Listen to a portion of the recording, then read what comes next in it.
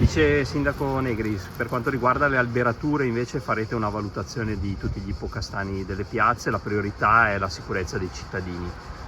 Sì, abbiamo già dato l'incarico per questo tipo di valutazione. È chiaro e fermo restando che la presenza di un'alberatura, come la possiamo vedere qui alle mie spalle, in fregio a una piazza o una via, è senz'altro qualcosa che arricchisce la via o la piazza.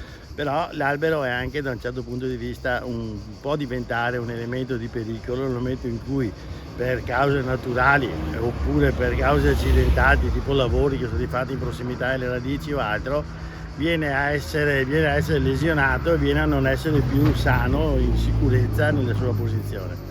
Prima di procedere a scelte drammatiche per certi aspetti, tipo l'abbattimento o altro, vogliamo essere assolutamente sicuri che da un lato la pianta che rimane in posto sia una pianta sicura e dall'altra quella che ci costringerà ad essere abbattuta invece abbia effettivamente tutte le caratteristiche di pericolosità tale da non essere più compatibile con l'ambiente urbano.